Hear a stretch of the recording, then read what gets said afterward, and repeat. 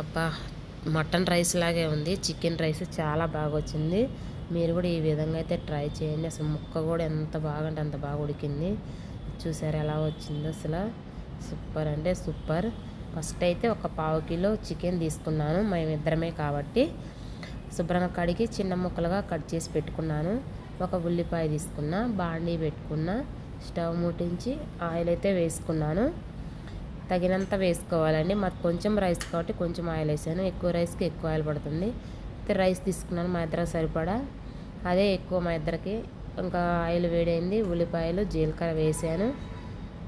ఇప్పుడు కొంచెం ఫ్రై అవుతుంది. ఫ్రై అవ్వగానే చికెన్ వేసుకోవాలి. చికెన్ కూడా కలబెట్టాలండి వేయగానే. ఇప్పుడు కొంచెం ఉప్పు వేసుకోవాలి. కలబెట్టేసి కొంచెం ఉప్పు, కొంచెం పసుపు వేసుకోవాలి.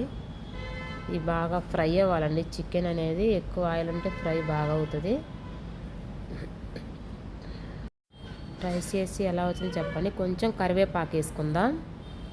కరివేపాకు వేసి కలపెట్టాలండి. కలబెడితే ముక్కలకి బాగా స్మెల్ అనేది పడుతుంది. ఒక ఎగ్ వేసుకున్నాను నేను. 2 ఎగ్గులైనా వేసుకోవచ్చు. మాకైతే ఒక ఎగ్ సరిపోతుందని హడావిడిగా ఒక ఎగ్గే వేసాను నేను. పిల్లలు తినడానికి వస్తున్నారని 2 ఎగ్గులు వేసుకున్నా బాగానే ఉంటుందండి. చాలా బాగుంది. అయితే టేస్ట్ సూపర్ ఉంది. అల్లం వెల్లుల్లి పేస్ట్ కూడా కొంచెం వేయాలండి. వేసాను నేను కూడా.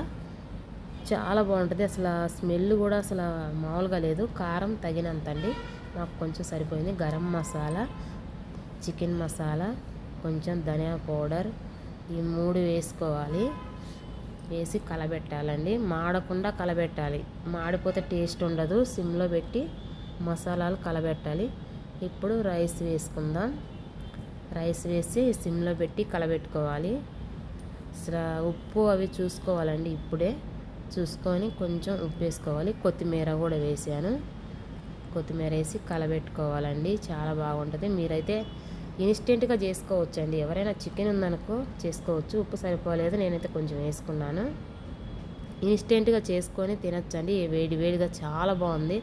అసలు ఆ స్మెల్ చూస్తుంటే తినాలనిపించేసింది నాకు. మా హస్బెండ్కి చూసి ఎలా ఉందో కామెంట్ చేయండి.